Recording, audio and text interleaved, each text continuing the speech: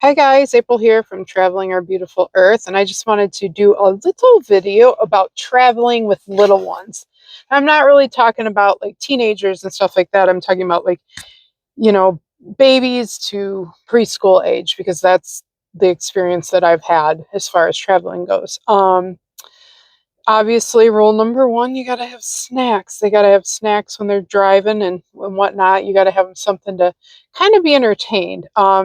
When they're really little, they just, they're sleeping a lot. But I found like I have like a mirror that I would put back there when she was real little, and basically it would light up, it would play songs, and it would kind of distract her and keep her entertained. Now, and when I say road trips, I mean like something that's longer than 3 hours. And I find with all little kids, it's best to stop maybe every 2 hours.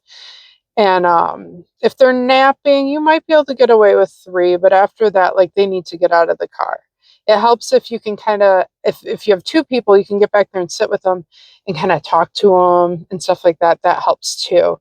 The first road trip Soul went on, she was under a year old. Like she was probably like 6 months old or something. And I think we went up north. Um, when the weather's crappy, I find too, like if you just take them, you park somewhere, take them, set them up in the front seat with you. And I'm talking when they're real little, like under the age of two, have them sit up front with you and just like hang out with you somewhere. And to them, that's exciting. They can look at all the buttons, you can talk to them and have a good time. Okay. Soul like loves sitting up front to this day, and she's older now, she's 3.5. And she was actually, it's really cold here in Michigan, and we were trying to play outside and it got too cold and the wind started blowing, and she was like, oh my god, I was like, well, come sit in the car with me. So we started the car, and I don't know, little kids like sitting in the front seat, they feel like they're doing something exciting. So yeah, she definitely liked that. And a trick that me and CJ did long before we were parents, when we would do road trips, we would stop every couple hours at a rest stop. I love rest stops because they're super easy to get in and out of, and it doesn't take away from your trip. Like you're not like losing a lot of time stopping at a rest stop because it's just right there. It's like you get on, you get off, and every rest stop has a walking path on them. So me and CJ would do the walking path every time we'd stop, and it just makes you feel better to get up and move around. And as soon as Soul was of walking age, we would do stuff like that. I've actually been known to, like, if we're going on a trip that's longer than 3 or 4 hours, which we did last summer, we went to the Upper Peninsula. It was like, I think a total of like 9 hours, but we kind of split it up over a couple days. I go on Google Maps when it's getting to be about that hour and a half, 2 hour mark, and I look up for hiking trails. And I find somewhere for us all to get out and we go walk around and we spend like a good half an hour. Yes, this adds more time to your trip, but it is totally worth it for the sanity of not just your child, but you and everyone involved. So we would do that. When she was really little, she had like one of those things, I think they're called like a boppy or something, where they're like rubber and they can put their legs in there and then they sit upright, like before she was like really comfortable with like fully sitting upright and like being comfortable. And what we did is we went to the rest stop and they had like the picnic tables, and we put her in that little boppy thing and we sat there and ate lunch. When a kid is stuck in a car for like 4 or 5 hours, maybe going into a restaurant and trying to get them to sit still and behave is probably asking a lot. So for us, like we found, we'll just bring lunch and we'll just eat it at the rest stop.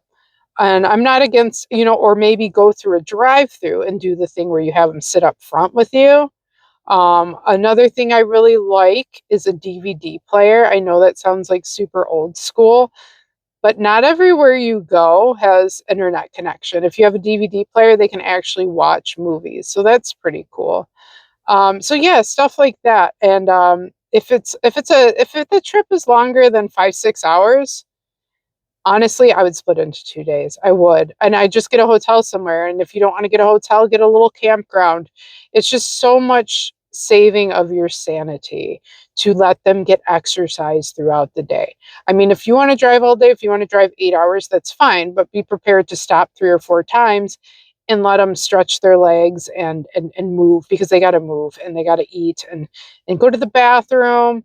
I think it's really good when they're learning how to be potty trained to teach them that it's okay to go on the big potty, so that they're not like stuck to the little potty scenario. Because when you stop at a rest stop, then you have to bring the little potty. It's kind of a pain in the butt.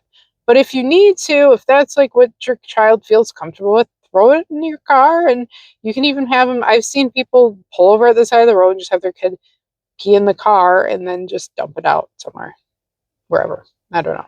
I don't know where you dump pee. I've never done it before, but people do it. Anyway, so that's it. So those were just some little tips of driving and road tripping. I think that were good for me. And me and CJ already, we didn't really change a lot when we started traveling with kids, because we get antsy. Like, we would stop, we would go for a walk, we would look up hikes along the way, stuff like that. It just makes the road trip so much nicer. And bring in the snacks, and like I said, don't be afraid to bring them up front and have a little picnic. When we had the van, what we would do is we'd open up the back and we'd pull a cooler out. We'd sit on the cooler and open up the back and just kind of have a little picnic out of the back of the van. Maybe you got some lawn chairs, do it in a parking lot. Like, we went on a trip to my friend's house. She doesn't live too far away, but she has a little farm where we go camping at. And on the drive home, we didn't want to go into side to eat, so we actually just pulled over to a parking lot where no one was, and we had a cute little picnic. Hi guys, future April here. I totally forgot to say one other thing that you can do that will keep your kids entertained is have some music playing in the car. If you go on like Pandora, a lot of that stuff is all free. So if you go to they have like toddler radio, preschool radio. Soul loved that. When we went upstate New York, we were like, that's the first time she was introduced to the toddler radio, because I didn't know it existed. And she absolutely loved it. It was very entertaining for her. And if you can get them something fun like a maraca or some sort of little instrument that they can kind of play, also super entertaining. I just wanted to add that little nugget there. But that's it. I'm going to do another video on camping with little kids, which is kind of similar but kind of different. So please like and subscribe, keep following, and we will have more stuff. Thanks for listening, guys. I hope you have a great day.